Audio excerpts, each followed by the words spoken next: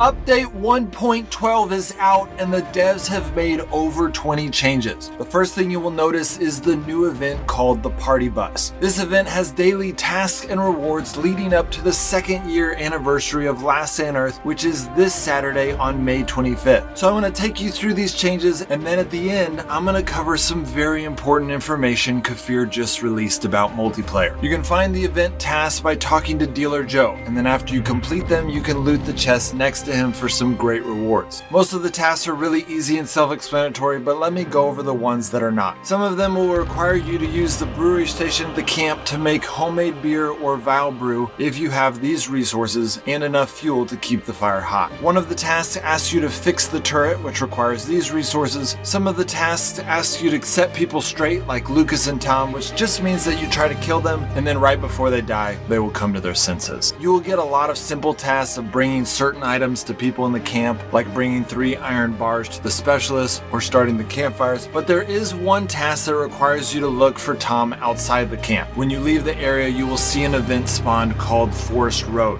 Go to that event and you will find him. Then in addition to the anniversary and everything involved with it, the devs made 8 more hidden changes. They introduced the Husky Puppy, which can be found in the shop, the Northern Zones, and airdrops, but they are very hard to find. They changed the name of the normal puppy to a shepherd puppy. They fixed the dog glitch so that it no longer gets stuck in your chopper when you are traveling with it. They added a new motorcycle pattern called Last Day on Earth. They added the guitar, which is a new melee weapon with a similar attack to a baseball bat. As I touched on earlier, they introduced the Vile Brew and homemade beer, which you can only make at the event. The Vile Brew is very powerful. As you will notice, it makes the healer drunk for an entire day. It's possible that he's just a lightweight, but our characters can drink it, so I guess we'll never find out. And then the homemade beer is a wild card, which can give you an incredible buff or really hurt. Here's a list of all the effects we have found so far. And then lastly, Kefir released a video 4 days ago in which the developer in charge of multiplayer answered a bunch of questions about multiplayer. It was a very interesting video and I would recommend checking it out, but it is a little long, so I'll summarize it and point out a few things. The first thing I got out of the video was a good explanation for Sector 7. Mui explains that the technology they used for originating the single player Last Day on Earth beta was not easily convertible to multiplayer. Different technology needed to be used, but the beta was already exploding. Furthermore, single player games are able to be packed with a lot more content, so transferring that over to multiplayer would have created way too much lag. So instead of starting over, they created Sector 7 to create a game within a game. This has allowed them to test things as they work towards developing a great multiplayer system. The second thing I got out of the video is that they do plan to eventually merge some of the aspects found in single player and multiplayer parts of the game, but that may be a lot slower than we are hoping for. Mui also revealed that they are planning to have tons of locations and eventually the entire game would be multiplayer and every resource would be fought over as we thought it would be. The third thing that I thought was interesting was that when Mui was asked why the party size was decreased from 4 to 3, he said that the optimal party size for a mobile game is 3 because of how hard it is to get people together. I'm not exactly sure what he's meaning when he's saying this, but I think PUBG and Fortnite have proven that 4 is a pretty good number. And while it can be pretty laggy, 60 people showing up to do a boss fight in Life After is pretty fun. So those are the 3 main things I got out of the video. I was in some of the footage they showed in the background, which I was very honored by that, and they showed a bunch of pictures. Most of these pictures are things that we've already seen, but one of them caught my interest and I'm very intrigued by it. Towards the end of the video, they show a whiteboard that says update is coming, and it has a picture of a bearded man with a double-edged sword and a robe with some kind of fur shoulders, which is weird because not only does that not match anything they've mentioned in their timeline, this does not fit the theme of Last Day on Earth. So I was thinking that it could be that Grimsoul Survival is about to have a big update, but if that was the case, I would expect them to put like a skull on the handle of a sword or something. So I'm very intrigued by this image and I'm curious what you guys think it means. Let me know in a comment below.